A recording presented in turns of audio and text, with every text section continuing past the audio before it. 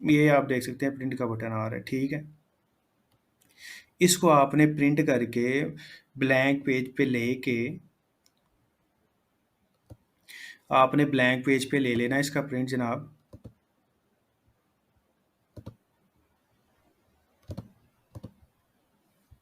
आपने इस तरह इसका प्रिंट ले लेना, जो भी आपका प्रिंटर हो व्हाट्सएवर। और आपने क्या करना है जी, आपने ये जो जगह है सिग्नेचर वाली, इधर आपने सिग्नेचर करवाने हैं सबके, ठीक है जी। कुछ भी नहीं करना। ये जो मोहम्मद इस्माइल है, मोहम्मद इस्माइल के आगे आपने इसके सिग्नेचर करवाने हैं इस जगह पे। फिर Mohammad Ismail as a director है, इसके इधर सिग्नेचर करवाने हैं। राशिद अहमद है, जो भी आपके डायरेक्टर्स होंगे उसके आपने सिग्नेचर करवाने हैं। और सिग्नेचर करवा के आपने इसका पीडीएफ सेव कर लेना है, यानी कि इसको हमने अटैच करना है। वो मैं आपको बता देता हूँ आपने अटैचमेंट किस तरह करनी है। अच्छा जी, ये प्रोसेस ही चला गया। ये जनाब फाइलिंग जैसे ही कंटिन्यू होगा आपको प्रोसेस ज़ाया नहीं होगा, ठीक है ना। आपका प्रोसेस कंटिन्यू ही पड़ा हुआ है, उधर ही पड़ा हुआ है जिधर से। अगर आपने कंटिन्यू कर दिया तो आपका पुराना फॉर्म सेव है। अच्छा जी, filing of statutory return multiple forms, light चली गई है, इंटरनेट चला गया, व्हाट्सएवर, आपका फॉर्म उधर ही रहेगा। ये देखें जी, मेरा फॉर्म उधर से ही खुल गया। अच्छा जी, मैंने आपको पहले ही कहा था आपने दो अटैचमेंट्स करनी है। कौन कौन सी अटैचमेंट्स करनी है? दो।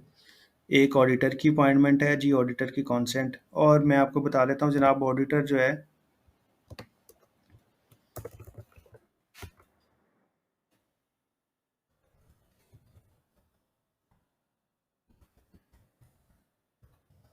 अगर आपका कैपिटल 1 मिलियन से ज़्यादा है तो फिर आपने अपॉइंट करना है। अगर आपका कैपिटल 1 मिलियन से कम है ना, तो फिर आपको ऑडिटर अपॉइंट करने की ज़रूरत नहीं है।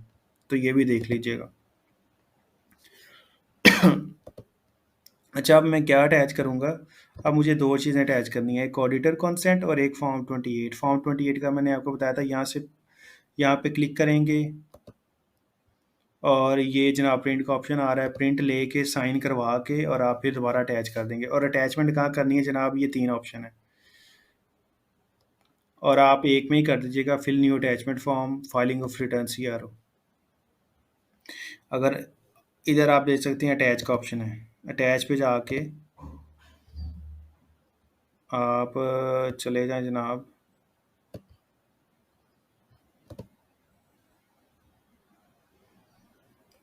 जो भी आपकी रेलिवेंट अटैचमेंट है आप उधर जाके अटैच कर सकते हैं। जी, ये मेरी ऑडिटर कॉन्सेंट थी, सपोज मैंने अटैच कर दी। ऐसे आप फॉर्म 28 अटैच कर सकते हैं।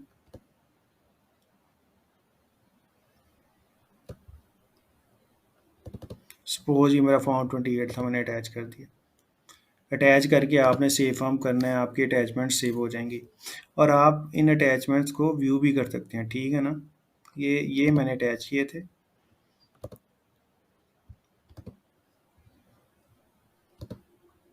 अच्छा, एक ही अटैचमेंट हुई है, सेकंड वाली अटैचमेंट नहीं हुई।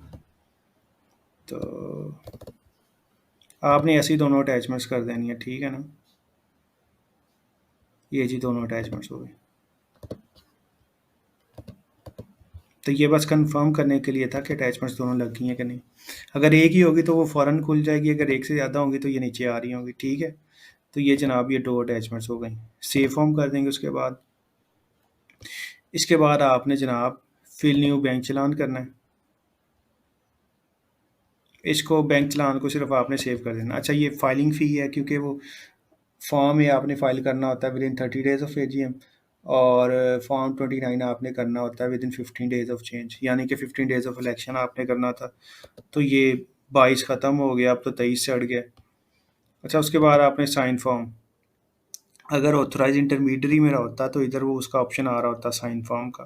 क्योंकि मेरा कोई ऑथराइज इंटरमीडियरी ये देखें डिफाइंड नहीं है, तो इस वजह से ये साइन नहीं आ रहे। तो वो भी मैं आपको दिखा देता हूँ कि ऑथराइज इंटरमीडियरी किस तरह करना है। आप एक और वीडियो मेरी देख सकते हैं ऑथराइज इंटरमीडियरी पे, ये मैं आपको दिखा देता हूँ कि ये वाली वीडियो आप देखेंगे तो आपको पता लग जाएगा कि किस तरह ऑथराइज इंटरमीडियरी ऐड करना है। ये तो हो गया जी फर्स्ट एजीएम पे। अब सब्सीक्वेंटली हम चलते हैं जी, मैं आपको किसी और कंपनी का दिखा देता हूँ। अच्छा जी, फ़र्ज़ करें ये कंपनी थी। इसका नेम भी सर्च कर लेते हैं जनाब।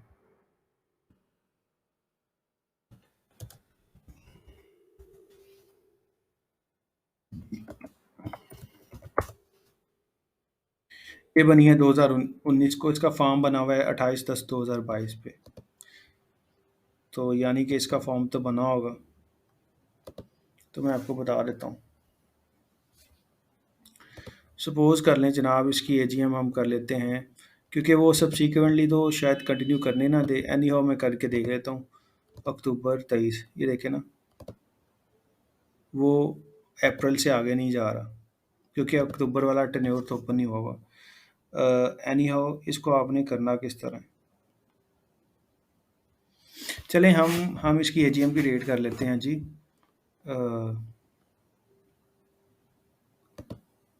1 अप्रैल कर लेते हैं जी, 1 अप्रैल 23 कर लेते हैं। Mode of payment, mode of payment में मैं रखूँगा इस दफ़ा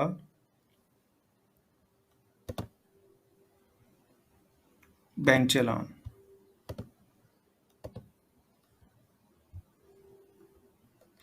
या सपोज़ करें हम ना इसको क्रेडिट कार्ड ही रख लेते हैं। ये डिटेल्स आप ऐड कर सकते हैं। ऑफिस का टेलीफोन नहीं है तो मैं कोई भी नंबर इधर ऐड कर सकता हूँ। ईमेल भी आप अपडेट कर सकते हैं। Number of share paid up, इससे हमारा कोई कंसर्न नहीं है। अब ये देखें, अब ये कंपनी बनी हुई थी, हमने पहले इसका फॉर्म किया हुआ था, तो ये इसके मेंबर्स इधर आ रहे हैं। ठीक है। अच्छा, अब ये देखें जनाब, इसकी अपॉइंटमेंट हुई हुई है। देख लेते हैं इधर, इसका स्टेटस अपॉइंटेड ही आ रहा है। इसकी अपॉइंटमेंट हुई हुई है 28/10/21 को, यानी कि 2021 की इसकी अपॉइंटमेंट है। और ये चेंज कब होगा? 21 से 22, 22 से 23 और 23 से 24, यानी कि 28/10/2024 को इसमें कोई चेंज आएगी। डन हो गया। ये है जी 18/6/22 को। तो 18/6/2020 को इसकी डायरेक्टर्स की अपॉइंटमेंट, डायरेक्टर्स इलेक्ट हुआ था, यानी कि इसका इलेक्शन हुआ था। तो अगर 18/6/2020 को इसका इलेक्शन हुआ, तो ये कब चेंज आएगा? 18/6/2023 को। और सब्सीक्वेंटली ये भी डायरेक्टर जो है, ये देख सकते हैं आप, ये भी, ये इसकी डेट ऑफ अपॉइंटमेंट क्या थी या चेंज क्या थी? 18/6/2020 को। यानी कि डायरेक्टर्स के इलेक्शन तो 3 साल बाद होंगे, और चीफ एग्जेक्टिव की अपॉइंटमेंट भी 3 साल बाद होगी। तो रह क्या गई चीज़, जो है ऑडिटर। ऑडिटर हर साल चेंज होता है। तो सेम वही जनाब, आपकी अपडेट एग्जिस्टिंग करेंगे। और मैंने आपको पहले बताया था, ऑडिटर हमेशा रीअपॉइंट होता है अगर सेम है। रीअपॉइंट कर देंगे। सपोज कर दें जनाब मैं इसको रिटायर कर रहा हूँ। जनाब ऑडिटर का अगर 1 साल का टर्नओवर पूरा हो गया है कि उसने फाइनेंशियल ईयर 22 का ऑडिट करना था, तो ऑडिटर रिटायर हो जाता है। हम उसको रिटायर करके रीअपॉइंट कर देते हैं। सपोज़ कर दें जनाब मैंने इसको रिटायर कर दिया जी। रिटायरमेंट की डेट क्या थी? एजीएम कर रहे हैं जी 1 अप्रैल 23। तो 1 अप्रैल 23 को मैंने ऑडिटर को फारिग करा दिया। मैंने कहा जी आप बंदे नहीं अच्छे, हम नए ऑडिटर रखेंगे। तो ऐसे ही हम एक ही ऐड कर लेंगे, और फिर उसके बाद कुछ नहीं हमने चेंज करना, क्योंकि ये अपॉइंट हो रहा है तो अपॉइंटेड ही आएगा। ABC को चार्टर्ड अकाउंटेंट्स हम रख लेते हैं जी। ऑडिटर, अब ये ड्रॉप डाउन है, ये देख सकते हैं आप, ये भी ड्रॉप डाउन है। इधर पाकिस्तान पी सर्च करेंगे तो आ जाएगा। ऑडिटर के लिए आपने कुछ भी ऐड नहीं करना जनाब, उसका NIC, हस्बैंड, फादर नेम, कुछ भी। एड्रेस आ जाएगा जी, ABC रोड व्हाट्सएवर, जो भी एड्रेस होगा। डेट ऑफ अपॉइंटमेंट आ जाएगी जनाब, 1 अप्रैल 23 को मैंने अपॉइंट किया ऑडिटर। तो इस साल मेरी कोई चेंज नहीं थी, सिर्फ ऑडिटर की रीअपॉइंटमेंट थी। मैं फ़र्ज़ कर रहा हूँ कि मैंने एजीएम करवा दी, क्योंकि एजीएम हमेशा 1 साल के गैप के साथ होती है, लेकिन मैं आपको सिर्फ दिखाने के लिए करवा रहा हूँ ये।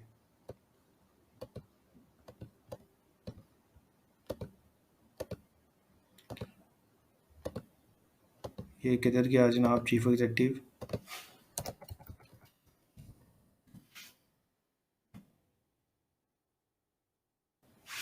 ये जनाब मैंने कंटिन्यू कर दिया। अटैचमेंट फिर वही, अब ये देखें ये फॉर्म ये भी बन गया मेरा। अच्छा, अब फॉर्म 29 में क्या आएगा? एक तो पुरानी ऑडिटर की रिटायरमेंट आएगी, ये देखें जी, ये रिटायर्ड आ रहा है। अब ये देखें न्यू अपॉइंटमेंट, इसके इसके 3 पार्ट्स हैं। न्यू अपॉइंटमेंट्स हैं, सेशन है और अदर चेंज है। अदर चेंज में आपका सीएनआईसी चेंज हो सकता है, आपका पासपोर्ट चेंज हो सकता है, नेम के स्पेलिंग चेंज हो सकते हैं, इस तरह की चेंजेस आ सकती हैं। तो ये मेरा फॉर्म 20 किधर गया जी? मेरा फॉर्म 29 जनरेट हो गया।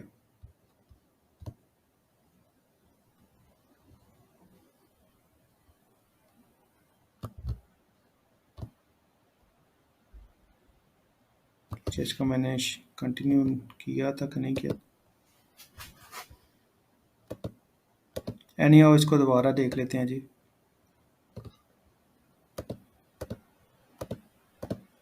इसको मैंने रिटायर्ड कर दिया था।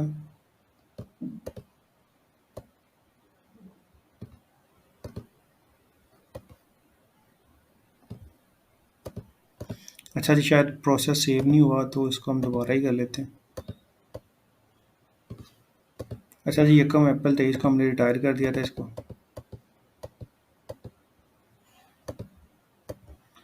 और एबीसी को हमने अपॉइंट कर दिया था।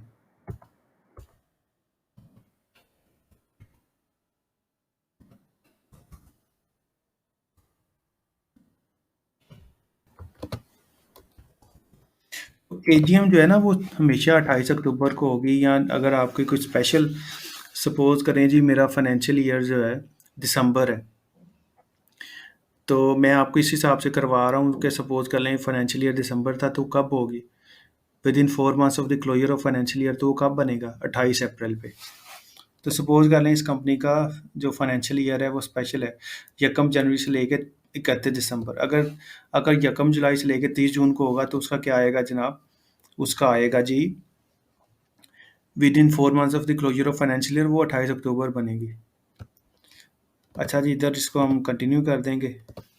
सपोज इधर ऑथराइज सिग्नेटरी जो ऑथराइज इंटरमीडियरी वो था।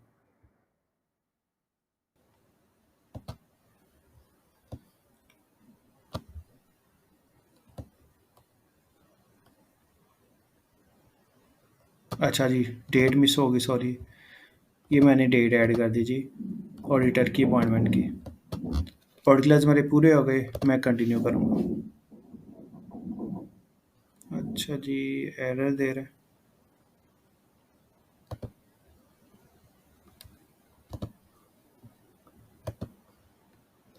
तो ये मेरा फॉर्म आ गया, ये फॉर्म 29 आ गया जी, appointed, retired, and then attachments आ जाएगी। अटैचमेंट्स में अब इस दफ़ा क्या आएगा? अटैचमेंट्स में सिर्फ आपका आएगा ऑडिटर कॉन्सेंट।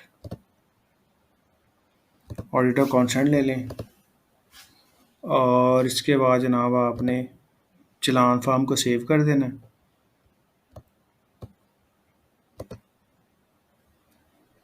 और इसके बाद साइन फॉर्म। साइन फॉर्म जनाब आपका जो पिन होगा ऑथराइज पर्सन का, वो आपने पिन लगा लेना इधर, और उसके बाद इसको सबमिट कर देना। सपोज चले मैं पिन लगा लेता हूँ आपके लिए, have to look for pin, तो देख लेते हैं उसको भी। अच्छा, सपोज मुझे पिन का पता नहीं है या पिन गलत आ रहा है, तो मैं पिन जनाब अपडेट भी कर सकता हूँ इधर से। सपोज मैं पिन अपडेट कर देता हूँ।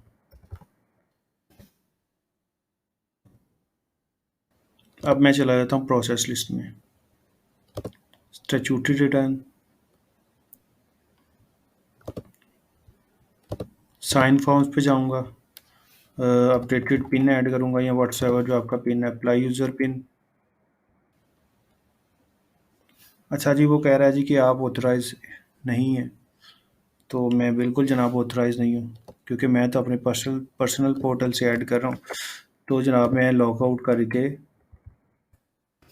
जिस पर्सन का है उसके पर्सन से मैं लॉगिन कर रहा हूँ। ये आ गए जनाब, सारा कुछ प्रोसेस हुआ हुआ था। पिन लगाऊंगा, अच्छा जी, वो तो मैंने अपना अपडेट अपडेट कर दिया था। चलें जी, मैं इनका भी अपडेट कर देता हूँ जी। अगर आपके पास लॉगिन है तो आप पिन कर सकते हैं अपडेट।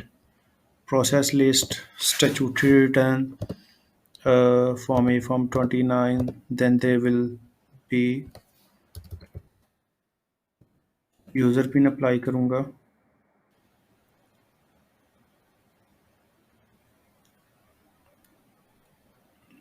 रोजा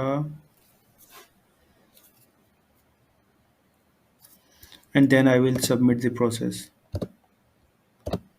आपने 15 डेज़ में फ़ी पे करनी है, वरना आपका प्रोसेस जो है ना डिलीट हो जाएगा। ये आ गया जनाब, आप किसी भी टाइम इसको कैंसिल कर सकते हैं फ़ीस सबमिट करने से पहले पहले। अच्छा, मैं आपको दिखा दूँ, मैंने अब इसमें फ़ी का मोड सेलेक्ट किया था मैंने।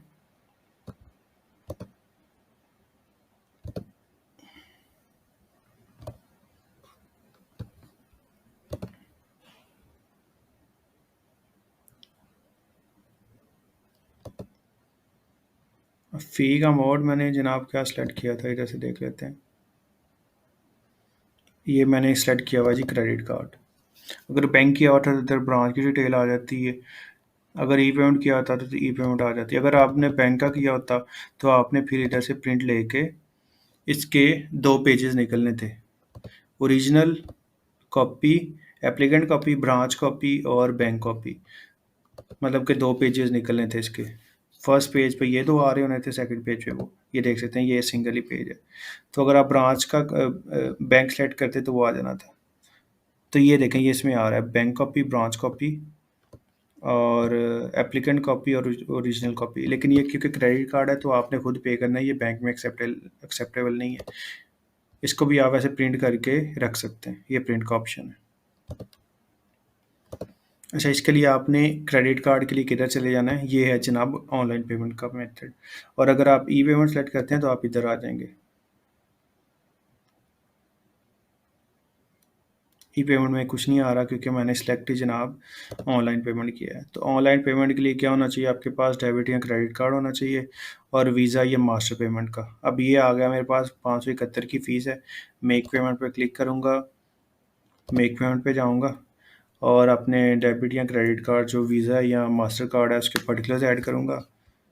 मतलब कार्ड नंबर एक्सपायरी है, उसका सीवीवी है या उसके बैक पे जो नंबर आ रहा होगा, और पे कर दूँगा और सिमिलरली मेरा फॉर्म जो है ना एक्सेप्ट हो जाएगा। और मैं आपको दिखा भी देता हूँ जनाब। तो जब आपका फॉर्म एक्सेप्ट हो जाएगा तो जनाब किस तरह आएगा, ये एक्नॉलेजमेंट भी आपकी आ जाएगी। ये किस तरह की एससीसीपी की तरफ से ईमेल आ जाएगी जो आपने ईमेल दी होगी, तो इसको आप देख सकते हैं। अच्छा, ये मैं आपको एक और कंपनी के दिखा रहा हूँ। अच्छा, इसकी अपॉइंटमेंट देख रहे हैं आप 12/10/21 की सबकी ना, और ऑडिटर 12वें अपॉइंट की है। तो ये सारी जो 12/10/21 है ना, ये अब कब इनके इलेक्शन होंगे, इनके देखिए 21 से 22, 22 से 23, 23 से 24। ये फर्स्ट इलेक्शन नहीं है, सब्सीक्वेंट इलेक्शन की बात कर रहा हूँ, ये कंपनी काफ़ी पुरानी है। तो इसके इलेक्शन 2024 में जाके होंगे, 12/10/2024 को। तो ये आपने देख लेने हैं। और ऑडिटर जो है, ऑडिटर हमने अपॉइंट किया हुआ, ऑडिटर के कब होंगे, ऑडिटर की अपॉइंटमेंट तो जनाब ऑडिटर की अपॉइंटमेंट हर एजीएम पे होती है। ऑडिटर 1 साल के लिए। अब देखिए, हमने ड्यूरिंग द ईयर भी अपॉइंट कर लिया ना, तो अगले साल ये 2023 की जो एजीएम हमने 28/10/2023 को करनी है, तो इसको रीअपॉइंट करना पड़ेगा। Thank you ji, thank you so much. और आपको कोई भी क्वेरी हो, कोई भी आपका कोई कॉन्टैक्ट हो, कोई भी आपका कंसर्न हो, तो ये फॉर्म ए, फॉर्म 29, फॉर्म 28 के हवाले से, तो आप मुझसे कॉन्टैक्ट कर सकते हैं जी। तो आपने कोशिश करनी है, मुझे ना आप व्हाट्सएप कर दें। वो वॉइस नोट वगैरह, वो कॉल्स वगैरह मैं जो है ना वो नहीं देखता क्योंकि ये मेरा पर्सनल नंबर नहीं है। So thank you so much for today, और अपना ख्याल रखिएगा। अल्लाह हाफ़िज़।